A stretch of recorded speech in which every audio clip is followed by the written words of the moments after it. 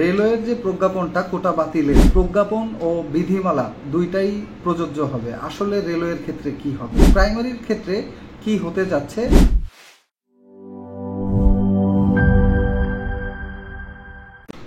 আসসালামু আলাইকুম, প্রিয় চাকরি প্রত্যাশী সবাইকে স্বাগত জানাচ্ছি। আশা করি সবাই ভালো আছেন।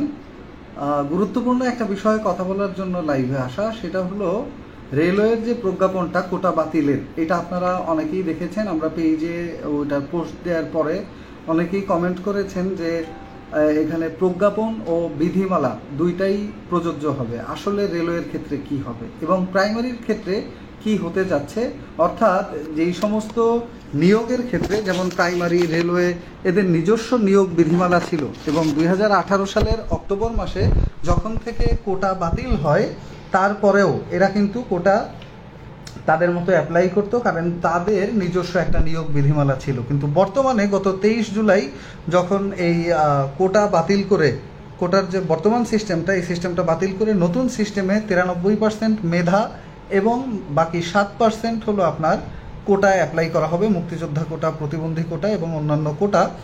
এই যে প্রজ্ঞাপনটা, এই প্রজ্ঞাপনটার প্রেক্ষিতে বাংলাদেশ রেলওয়ে একটা 7 আগস্টের করা একটা পরিপত্র, তাদের সেই পরিপত্র যেটা আমরা স্বাক্ষর দেখেছি SM সালাউদ্দিন আহমেদ, যিনি যুগ্ম পরিচালক অপারেশনস বাংলাদেশ রেলওয়ে, ওনার স্বাক্ষরিত এই পরিপত্রটা মূলত উনি 12 তারিখে স্বাক্ষর করেছেন, গতকালকে 12/8/2024। এই পরিপত্র অনুযায়ী আমরা দেখতে পাই যে বাংলাদেশ রেলওয়েতে এখন থেকে 93% মেধায় চাকরি হবে এবং 7% কোটা থাকবে। এটা স্পষ্ট করে বলা আছে। কেউ কেউ আমি দেখলাম যে পেজে যে পোস্টটা দেওয়া হয়েছে ওই পোস্টের মধ্যে কমেন্ট করছেন যে ওইখানে বলা আছে পরিপত্র এবং বিধিমালা দুইটাই প্রযোজ্য হবে। তো পরিপত্র কাকে বলে বুঝিয়ে বলি, বা প্রজ্ঞাপন কাকে বলে এবং আমাদের এই বিধিমালা কাকে বলে বুঝিয়ে বলি। বিধিমালা হলো যে কোনো চাকরিতে নিয়োগের ক্ষেত্রে একটা নিয়োগ বিধিমালা থাকে, যেমন NTRC এর আছে, যেমন প্রাইমারির একটা নিজস্ব নিয়োগ বিধিমালা আছে, যেমন বাংলাদেশ রেলওয়ের একটা নিজস্ব নিয়োগ বিধিমালা আছে। এখন ওই বিধিমালাটার সাথে যখন প্রজ্ঞাপন বা পরিপত্রের কথা উল্লেখ করা থাকে, তার মানে হলো ওই নিয়োগ বিধিমালার মধ্যে যা যা নিয়মকানুন আছে সব ঠিক থাকবে, শুধুমাত্র কোটার ব্যাপারটা পুনঃস্থাপিত হবে। 241 নাম্বার যে প্রজ্ঞাপন আছে জনপ্রশাসন মন্ত্রণালয়ের একটা বিধি 1 নাম্বার শাখার 141 নাম্বার যে প্রজ্ঞাপন গত 23 জুলাই, যেখানে বলা হয়েছে যে এখন থেকে সকল চাকরিতে 93% থাকবে হলো আপনার মেধা এবং 7% থাকবে কোটা। তো এই যে 7% কোটা এবং 93% মেধায় সরাসরি নিয়োগ, এটা কোন কোন ক্ষেত্রে প্রযোজ্য হবে, যদি আপনারা সেই বিধিটাও কমেন্টে দেয়া আছে, ওইখানে যদি আপনারা দেখেন, ওইখানে বলা আছে যে এখন থেকে সকল সরকারি, আধা সরকারি, স্বায়ত্তশাসিত, আধা স্বায়ত্তশাসিত, স্বশাসিত, সংবিধিবদ্ধ প্রতিষ্ঠান এবং যত কর্পোরেশন আছে, অর্থাৎ যতগুলো জায়গায় সরাসরি নিয়োগ হয়, সেটা বিধিমালা অনুযায়ী হোক আর যেভাবেই হোক সকল ক্ষেত্রেই নিয়োগে 93% মেধা অগ্রাধিকার দেওয়া হবে এবং 7% কোটা থেকে নিয়োগ দেওয়া হবে।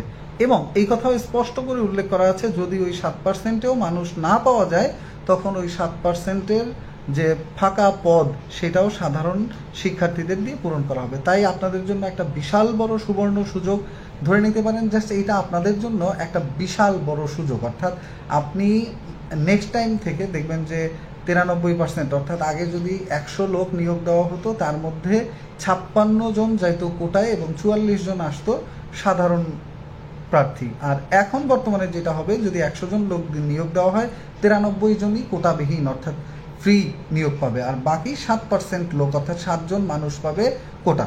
তো এই পরিপত্র অনুযায়ী এখানে বলা আছে সরকারি, আধা সরকারি, স্বায়ত্তশাসিত, আধা স্বায়ত্তশাসিত, স্বশাসিত, সংবিধিবদ্ধ প্রতিষ্ঠান এবং আপনার যত কর্পোরেশন আছে, সব নিয়োগের ক্ষেত্রে যে কোনো গ্রেডের, এটা নবম গ্রেড থেকে শুরু করে, একেবারে নবম গ্রেড থেকে শুরু করে নবম, দশম, 12তম, 14তম, 13তম, যেটাই হোক, প্রত্যেকটা গ্রেড একেবারে 20তম গ্রেড পর্যন্ত প্রত্যেক ক্ষেত্রে এই কোটার সিস্টেমটা হবে 93% এবং 7%। দ্যাটস ওয়াই এটা বলা যায় যে এখানে আর কিছুই কোটার ব্যাপারটা, এটা আর কোনো আলাদা কিছু করার সুযোগ নাই। যে যাদের নিজস্ব নিয়োগ বিধিমালা আছে, যেমন বাংলাদেশ রেলওয়ের নিজস্ব নিয়োগ বিধিমালা রয়েছে এবং রেলওয়ের যে নিজস্ব নিয়োগ বিধিমালা রয়েছে সেখানে তাদের পোষ্য কোটা দেয়া ছিল 40%। ওই যে কোটার সিস্টেমটা, ওই কোটার সিস্টেমটা রিপ্লেস হবে এই যে গত 23 জুলাই জনপ্রশাসন মন্ত্রণালয়ের যে প্রজ্ঞাপনটা জারি করা হয়েছে, 141 নম্বর প্রজ্ঞাপন বিধি 1 শাখা থেকে, ওই প্রজ্ঞাপন অনুযায়ী যা বলা আছে, অর্থাৎ 93% মেধা এবং 7% অন্যান্য কোটা, এইটাই প্রযোজ্য হবে। আর এই জন্যই ওনারা এই সংশোধিত নিয়োগ বিজ্ঞপ্তিটা আবার যখন দিল, ওইখানে এই কথাটা ওনারা উল্লেখ করে দিয়েছে। আপনারা দেখবেন যে নিয়োগ বিজ্ঞপ্তিতে, রেলওয়ের একটা বিজ্ঞপ্তির ক্ষেত্রে আবেদনের শেষ তারিখ ছিল 8 আগস্ট, ওইটাকে ওনারা বাড়িয়ে 28 আগস্ট করছে, এবং ওইটার শেষে অতিরিক্ত সংযোজনীতে ওনারা এই কথা বলে দিছে, অতিরিক্ত সংযুক্তির মধ্যে, যে এখন থেকে যেই সমস্ত 241 নম্বর স্মারকে যেই কথা বলা আছে নিয়োগ বিধির ক্ষেত্রে, কোটার ক্ষেত্রে ওই জিনিসটা বিধিমালার সাথে রিপ্লেসমেন্ট হয়ে যাবে। আর বিধিমালার ক্ষেত্রে এইটা রিপ্লেসমেন্ট হবে। আর এর বাইরে যেটা হবে, আপনার অন্যান্য যে নিয়োগ বিধিমালার যে অন্যান্য নিয়মকানুন সব ঠিকঠাক থাকবে। অর্থাৎ রেলওয়েতে এখন থেকে আর এরকম 40% পোষ্য কোটা অ্যাপ্লাই হবে না। যেহেতু রেলওয়েটা তারা প্রজ্ঞাপন করে নতুন করে দিয়েছে, তো আশা করা যায় যে এখন থেকে আমার প্রাইমারিতেও এই একই নিয়মই প্রযোজ্য হবে, আশা রাখা যায়। কিছু কিছু অতিরিক্ত জ্ঞানী পণ্ডিত এখানে এসে লিখতেছে, যা আপনারা অতিরিক্ত লিখছেন, ওইখানে বলা আছে বিধিমালা, যেটা রেলওয়ের নিয়োগ বিধিমালা, ওইটাও থাকবে, আবার যেটা প্রজ্ঞাপন কোটা 93 এবং 7%-এর ওই প্রজ্ঞাপনটাও থাকবে। দুইটাই যদি থাকে তাহলে কোনটার সাথে কন্ট্রাডিকশন খাবে? ওইখানে যা ছিল তাতে প্রায় 84% কোটায় শেষ হয়ে যেত। 30% মুক্তিযোদ্ধা কোটা, 40% পোষ্য কোটা এবং অন্যান্য কোটা আরও 15%-এর মতো, তাহলে তো কোটা থাকেই না। কিন্তু নতুন প্রজ্ঞাপনে বলা আছে কোটা থাকবে মাত্র 7%, তাহলে দুইটা কন্ট্রাডিক্টরি। আর যেহেতু ওইটার এগেইনস্টে এইটার কথা বলা হয়েছে, তার মানেই হলো ওইখান থেকে কোটার ব্যাপারটা রিফর্ম হয়ে নতুন যে প্রজ্ঞাপন বা নতুন যে পরিপত্র আছে, এইটা কোটার ক্ষেত্রে অ্যাপ্লাই করা হবে। আর বাদবাকি যত নিয়মকানুন, সকল নিয়মকানুন প্রযোজ্য হবে ওই চাকরির যে নিয়োগ বিধিমালা, সেই বিধিমালা অনুযায়ী। অর্থাৎ বিধিমালাটা অন্যান্য নিয়ম প্রযোজ্য হবে, এবং বিধিমালায় যে কোটার কথা বলা আছে, কোটার ব্যাপারটা চলে যাবে সম্পূর্ণ নতুন 23 জুলাইয়ের যে প্রজ্ঞাপন, 241 নম্বর প্রজ্ঞাপন জনপ্রশাসন মন্ত্রণালয়ের 93% এবং 7% কোটা ইস্যু, ওইটা প্রযোজ্য হবে। দ্যাটস ওয়াই আপনারা মোটামুটি আশা রাখেন, বসেন। হ্যাঁ, আপনারা মোটামুটি, আমি কল দিব আপনাকে, তো আপনারা মোটামুটি যেটা করবেন, আপনাদের প্রাইমারিতেও আপনাদের কোটা আশা করি থাকবে না, একেবারে সরাসরি 93 এবং 7%-এ নেমে আসবে। কারণ ওইটা বলাই আছে, সকল সরকারি, সকল মানে আধা সরকারি, সকল স্বায়ত্তশাসিত, আধা স্বায়ত্তশাসিত, স্বশাসিত এবং সকল সংবিধিবদ্ধ প্রতিষ্ঠান, এমনকি শেষে এটাও লেখা আছে যে সকল কর্পোরেশনে নিয়োগের ক্ষেত্রে, যেমন সিটি কর্পোরেশন, এইখানে নিয়োগে আগে যে কোটাটা অ্যাপ্লাই হতো, এখন আর ওইভাবে কোটা অ্যাপ্লাই করতে পারবে না। জেলা কোটা, এই কোটা, সেই কোটা মিলে 56%-এর উপরে চলে যেত, এখন থেকে এটা আর হবে না, সব জায়গায় 7% হবে। এই পর্যন্ত ফাইনাল রিফর্ম যা হয়েছে ওইটাই প্রযোজ্য থাকবে। দ্যাটস ওয়াই আপনাদের এক্সট্রা করে প্যারা নেওয়ার সুযোগ নেই, এটা আপনাদের জন্য একটা মহা সুযোগ, বিশাল সুযোগ। আর এখন যদি সাথে সাথে বয়সটাও 35 হয়ে যায়, তাহলে তো জমে ক্ষীর হয়ে যাবে। আপনাদের সামনে যারা হতাশ হয়ে আছেন, বইপত্র বন্ধ করছেন, আন্দোলন করে আসছেন, এখনও মাঠে বসতে পারছেন না, 15ই আগস্ট নিয়ে টেনশনে আছেন যে ওই দিন আবার দেশে কি গোলযোগ হয় না হয়, এত বেশি হতাশ হওয়ার কিছু নেই। আমরা একটা উপদেষ্টা পরিষদকে দায়িত্ব দিয়ে দিয়েছি, ওনারা ওনাদের দায়িত্ব ঠিকঠাকভাবে পালন করছে, এবং বাংলাদেশ পুলিশের মোটামুটি 99% সদস্যরা অলরেডি কাজে ফিরে আসছে। বাংলাদেশ আর্মি, তারাও বেশ শক্ত অবস্থানে চলে গেছে, তারা এখন শক্ত হাতে দেশের অবস্থা কন্ট্রোল করছে, সব মিলে ভালো চলতেছে। তাও আপনারা চোখ রাখেন, সতর্ক থাকেন, প্রয়োজন হলে আবারও যদি এরা মাঠে নামা প্রয়োজন হয়, ছাত্র জনতা নামবো আমরা, বা আন্দোলন প্রয়োজন হলে আবার হবে। আশা করি ইনশাল্লাহ আর কোনো রক্তপাত বা আবার কোনো কিছুর প্রয়োজন হবে না। তো আপনারা মোটামুটি দিনে আন্দোলন করেন, ট্রাফিকিং করেন, রাতে ডাকাত পাহারার পাশাপাশি একটু বইপত্র খোলা শুরু করেন। খুব দ্রুত দেখা যাবে যে পরীক্ষাগুলো শুরু হবে, এটা বলা হয়েছে সরকারের পক্ষ থেকে, আমাদের অন্তর্বর্তীকালীন সরকারের পক্ষ থেকে বলা হয়েছে যে আমাদের সেপ্টেম্বর থেকে, আমাদের ডক্টর আসিফ নজরুল স্যার বলছেন যে সকল সেপ্টেম্বরের পর থেকে সকল পরীক্ষাগুলো যেগুলো স্থগিত ছিল এগুলো আবার শুরু করা হবে। তো সেপ্টেম্বরের পর থেকে যদি এগুলো শুরু হয়ে যায়, সেপ্টেম্বরের শেষ নাগাদ বা অক্টোবর থেকে, তাহলে আগে থেকে আপনার প্রস্তুতি শুরু করা উচিত। আমি বলবো যে 15ই আগস্ট পর্যন্ত আশপাশেও খোঁজখবর রাখেন, যাতে কোনো গোলযোগ না হয়। এবং সংখ্যালঘু যারা আছে, সংখ্যালঘু বললে আমার আসলে ওনাদেরকে ডিমিন করা মনে হয়, অর্থাৎ হিন্দু ধর্মের যারা আছে ওনাদেরকে তুচ্ছ করা হয় এরকম লাগে, কারণ ওনারা বাংলাদেশের নাগরিক, আমরা সবাই বাংলাদেশের। সো সবাই মিলেমিশে থাকার চেষ্টা করেন, আর কোনো গণ্ডগোল গোলযোগ, কোনো চক্রান্ত ষড়যন্ত্র কেউ যাতে না করতে পারে সেই দিকে নজর রাখেন। এবং আবার প্রতিহিংসার বশবর্তী হয়ে যে অমুক তুই অমুক দল করছিলি, তোকে এখন পাইসি চান্সে তোকে মারবো, এটাও করতে চান না। এই অতিরিক্ত বাড়াবাড়িরও দরকার নেই, সব মিলে মিলেমিশে থাকেন, কারণ ক্ষমতার প্রেক্ষাপট দৃশ্যপট যে কোনো সময় যে কোনোভাবে চেঞ্জ হতে পারে। তো আপনার কাজ হলো আপনি একটা হালাল রিজিকের ব্যবস্থা করা, সুন্দরভাবে গুছিয়ে করা। আর 35 চান কারা কারা বলেন তো? 35 চাইলে এটার ব্যাপারেও আপনাদের এখন আওয়াজ উঠানো দরকার, কারণ যারা বর্তমানে ইন্টারিম গভর্নমেন্ট বা অন্তর্বর্তীকালীন সরকারে আছে তারা প্রত্যেকে এটার ব্যাপারে পজিটিভ ধারণা রাখেন এবং তারা এটার ব্যাপারে একমত ছিল। আশা করি 35 অবশ্যই তারা দিবে। যদি 35 করা হয় বয়স এবং কোটা সব বাতিল হয়ে যায়, 93-7% ওরকম আসে, এবং পাশাপাশি সকল প্রশ্ন ফাঁস, নিয়োগ বাণিজ্য, এরপরে আপনার সুপারিশ ইত্যাদি ইত্যাদি, এই জিনিসগুলো যদি বন্ধ হয়ে যায়, ফেয়ার যদি একটা নিয়োগ হয়, তাহলে এটা আপনাদের জন্য বিশাল বড় একটা সুযোগ। আর এই সুযোগটা কোনোভাবে যাতে হাতছাড়া না হয় সেই জন্য আগামী 2 মাস আপনার জন্য বেশ বড়সড় একটা সুযোগ। এই সুযোগটা কাজে লাগাইতে হলে আপনাকে অবশ্যই টেবিলে থাকতে হবে। আর এক্ষেত্রে কী কী করবেন, আমি এই ব্যাপারে একটা লাইভ করা আছে পেজে, দেখে নেবেন আপনারা। ওইখানে আমি বলেছিলাম যে আমাদের এই গণ অভ্যুত্থান পরবর্তী সময়ে চাকরির বাজার কেমন হবে আর এই মুহূর্তে কোন কোন বিষয় কিভাবে পড়বেন এই ব্যাপারে বলা আছে। এই লাইভের পিন কমেন্টে ওইটা দিয়ে দিব। তো আশা করি এখন থেকে আর ঘুষ, প্রশ্ন ফাঁস, লবিং, অন্যান্য দুর্নীতি এবং 56% কোটা এগুলো একটাও থাকবে না। পাশাপাশি যদি বয়সটা 35 হয় তাহলে আপনাদের জন্য অনেক বড় পজিটিভ ইস্যু হবে, এবং আমিও পার্সোনালি সেটা চাই যে বয়স 35 হোক, কারণ যে 32-এ মানে যে 23 বছরে চাকরি নেবে সে 23-এই পারবে, 35 ওয়ালারা তার জন্য বাধা হবে না। আবার যে পারে নাই, তখন সুযোগ ছিল না, গরিব মানুষ, নিজের ফিনান্সিয়াল সিচুয়েশনটা নিজের মতো করে সামলাইতে হয়েছে, পাশাপাশি পড়তে হয়েছে, যার কারণে ভালো কিছু করতে পারেনি, সে এখন চেষ্টা করুক, তাকে আপনি কেন বাধা দিবেন? এই সব কিছু মিলিয়ে আপনাদের জন্য ভবিষ্যৎ চাকরির বাজারটা অনেক বড় একটা পজিটিভ বাজার হতে যাচ্ছে।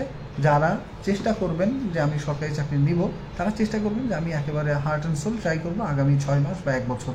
আর এক্ষেত্রে আমাদের এখানে তো আপনারা যুক্ত থাকতেই পারেন, আমাদের প্রাইমারির কোর্স রয়েছে, নিবন্ধনের কোর্স রয়েছে, অ্যাডভান্স কোর্সগুলো, যেগুলো আগে থেকে করলে তাহলে পরীক্ষার আগে ওরকম মাথা খারাপ করতে হবে না। আমরা দেখি পরীক্ষার আগে এসে বলে স্যার শর্ট সাজেশন দেন, স্যার প্রশ্ন পাওয়া যাবে, স্যার প্রশ্ন কমাই দেন, স্যার এত পড়া কেমনে পড়ে? কারণ একটা চাকরির পড়া তো অনেক পড়া, এই জন্য আগে থেকেই শুরু করেন। মোটামুটি 1 বছর আগে থেকে আপনি শুরু করলে প্রাইমারি অ্যাডভান্স কোর্স বলেন, নিবন্ধন অ্যাডভান্স কোর্স বলেন, বিসিএসে 48তম বিসিএসের অ্যাডভান্স ব্যাচ বলেন, এইগুলো সব আমাদের এখানে চালু আছে। এছাড়া ইউনিয়ন সমাজকর্মীতে যারা আবেদন করেছেন, ভূমি মন্ত্রণালয়ে আবেদন করেছেন, বাংলাদেশ রেলওয়েতে আবেদন করেছেন এবং স্বপ্ন আছে অন্য সরকারি চাকরি করার অথবা ব্যাংকের ক্ষেত্রে, সবগুলো কোর্স আমাদের এখানে চলমান আছে। একা পড়ার থেকে আমাদের এখানে যুক্ত থাকলে হবে কি, এই সিচুয়েশন যেমনই হোক, আপনার যখন ক্লাস থাকবে ক্লাস করতে হবে, পরীক্ষা থাকলে পরীক্ষা দিতে হবে, সেখান থেকে আপনি এড়াই থাকতে পারবেন না, এবং একটা শিডিউল অনুযায়ী আপনার পড়াটা হবে এবং এই মুহূর্তে আপনি ভালোভাবে এগিয়ে যেতে পারবেন। পাশাপাশি প্রাইমারি 3য় ধাপের পরীক্ষা বাতিল হওয়ার একটা কথা শোনা যাচ্ছে, কতটুকু কি হয় দেখা যাক, আল্লাহ ভরসা। বাতিল হলে তো ভালো, না হলে আর কিছু করার থাকবে না। আর 46তম বিসিএস প্রিলিমিনারি পরীক্ষার ক্ষেত্রেও সেম, এটাও বাতিল হওয়ার কথা শোনা যাচ্ছে, আশা করি বাতিল হয়েও যেতে পারে, আর যদি না হয় তাহলে কিছু করার থাকবে না। সো এই সব মিলিয়ে ব্যাপারটা হলো আপনারা যেটা চান যে বয়স 35, এটার ব্যাপারে মুখ খোলেন, এটা নিয়ে কথাবার্তা বলেন, লেখালেখি করেন, আশা করি এটা পেয়ে যাবেন। আমরাও 35-এর পক্ষে, এবং আমরাও মূলত চাই যে আপনার যে পরীক্ষাগুলো ব্যাপারে প্রশ্নবিদ্ধ ওগুলো বাতিল হয়ে যায়। যেমন 44 থেকে 46 পর্যন্ত এটা প্রশ্নবিদ্ধ পরীক্ষা ছিল। আবার প্রাইমারির তো 3টা ধাপই প্রশ্নবিদ্ধ ছিল, যদিও এটা এড়াই গেছে দায়িত্বপ্রাপ্ত মন্ত্রণালয়। তো তারপরেও 3য় ধাপের যেহেতু এখনও ফলাফল হয় নাই, তাই ওইটা নিয়ে কিছু করার সুযোগ আছে। আর এছাড়া বাংলাদেশ রেলওয়ের যে পরীক্ষাটা, ওটা তো অলরেডি বাতিল হয়ে গেছে কিছু পরীক্ষা। তো ভবিষ্যতে আশা করি চাকরির বাজারটা অনেক স্বচ্ছ থাকবে, যেটা আপনাদের জন্য অপার সম্ভাবনার একটা দরজা খুলে দেবে। আর এই সম্ভাবনাটা কাজে লাগাতে হলে এখন থেকে নিয়মিত হতে হবে টেবিলে, পাশাপাশি রাস্তায়ও নজর রাখেন। আপনাদের এত কষ্টের অভ্যুত্থান, এত মানুষের রক্ত, আমাদের এই রক্ত, এই কষ্ট, এটা যাতে বৃথা না যায়। এখনও প্রায় 10-15 হাজার মানুষ হসপিটালে ভর্তি, প্রায় 1000-এর উপরে মানুষ শহীদ হয়েছে, সব মিলে আরও অনেক বাড়িঘর, রাস্তাঘাট ভাঙচুর হয়েছে, সরকারি স্থাপনা নষ্ট হয়েছে। সো যাতে কারো উস্কানিতে আপনিও কোনো বিপদে না পড়েন, আবার আপনিও গিয়ে কারো উস্কানিতে কাউকে বিপদে না ফেলেন, ভাঙচুর না করেন, সব মিলিয়ে নিজেরা একসাথে মিলেমিশে থাকার মতো একটা সুন্দর পরিবেশ সৃষ্টি করেন। পাশাপাশি অবশ্যই টেবিলের দিকে নজর রাখেন, ভালো কিছু হবে ইনশাল্লাহ। আর এ ব্যাপারে টিম বিদ্যাবাড়ি আপনাদের পাশে কিন্তু সর্বদা আছে। আমরা ছিলাম, আমরা আছি এবং আমরা থাকবো। আমাদের সকল কোর্সগুলো চলমান আছে। আমাদের সম্পর্কে যে কোনো তথ্য জানতে চাইলে আমাদের যে ফোন নাম্বারগুলো আছে দিনরাত 24 ঘন্টা, এখানে আপনি সম্পূর্ণ ফ্রিতে কল করতে পারেন। 0189606080। ওই যে পিন কমেন্টে দেওয়া আছে, এখান থেকে শুরু করে একেবারে 800, 801, 2, 3, 4, 5, 6, 815 পর্যন্ত সকল নাম্বারে আপনি কল করতে পারবেন। সো আপনাদের জন্য ভালো কিছু হোক সেই শুভকামনা রইল। এবং লাইভটা খুবই গুরুত্বপূর্ণ ছিল, এটা নিয়ে একেবারে কনফিউশন সৃষ্টি করেছে এবং আমি সোজা মিনিস্ট্রিতে কথা বলেছি এবং বেশ কয়েক জায়গায় ফোন করে এটার ব্যাপারে খোঁজ নিয়েছি যারা এটা নিয়ে কাজ করেন।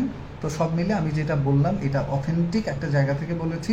সো কারো কথায় হতাশ হবেন না। বেশি পণ্ডিত, অতিরিক্ত কিছু জ্ঞান পাপি, তারা বিদ্যাবাড়িকে বলে জ্ঞান পাপি, তারা মানে আমি যে কিচ্ছু বলতে চাই আমি যেটা বললাম সব কিছু বুঝে মিলিয়ে বললাম। দেখা যাক, বাকিটা আল্লাহ ভরসা। সবার জন্য অনেক অনেক শুভকামনা। দেখা হবে আবারও। ভালো থাকবেন। আল্লাহ হাফেজ।